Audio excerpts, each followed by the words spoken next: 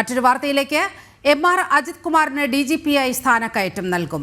ഇന്ന് ചേർന്ന മന്ത്രിസഭാ യോഗത്തിലാണ് തീരുമാനം.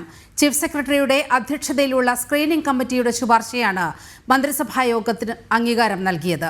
മാർച്ച്-ഏപ്രിൽ മാസത്തോടെയാണ് പുതിയ DGP ചുമതലയേൽക്കുക. ഈ പരിഗണനാ പട്ടികയിലാണ് അജിത് കുമാറും ഉൾപ്പെട്ടത്. അനധികൃത സ്വത്ത് സമ്പാദനം ഉൾപ്പെടെയുള്ള വിഷയങ്ങളിൽ അന്വേഷണം നടക്കുന്നതിനിടയിലാണ് എം.ആർ. അജിത് കുമാറിനെ DGP-ആയി സ്ഥാനക്കയറ്റം നൽകാൻ മന്ത്രിസഭാ യോഗത്തിൽ തീരുമാനമായത്. ചീഫ് സെക്രട്ടറി അധ്യക്ഷനായിട്ടുള്ള സ്ക്രീനിംഗ് കമ്മിറ്റിയുടെ ശുപാർശയിലാണ് മന്ത്രിസഭാ യോഗം അംഗീകാരം നൽകിയത്. IPS ഉദ്യോഗസ്ഥന്റെ സ്ഥാനക്കയറ്റത്തിന് തടസ്സമാകുന്ന രീതിയിലുള്ള യാതൊരു പ്രവർത്തനങ്ങളും അജിത് കുമാറിന്റെ ഭാഗത്ത് നിന്നും ഉണ്ടായിട്ടില്ല എന്ന് സ്ക്രീനിംഗ് കമ്മിറ്റി അറിയിച്ചു. കൂടാതെ സുപ്രീം കോടതിയിൽ ഉൾപ്പെടെ സമാനമായിട്ടുള്ള കേസുകളിൽ കൂടി ചൂണ്ടിക്കാട്ടിയാണ് സ്ക്രീനിംഗ് കമ്മിറ്റി ഈ തീരുമാനത്തിലേക്ക് എത്തുന്നത്.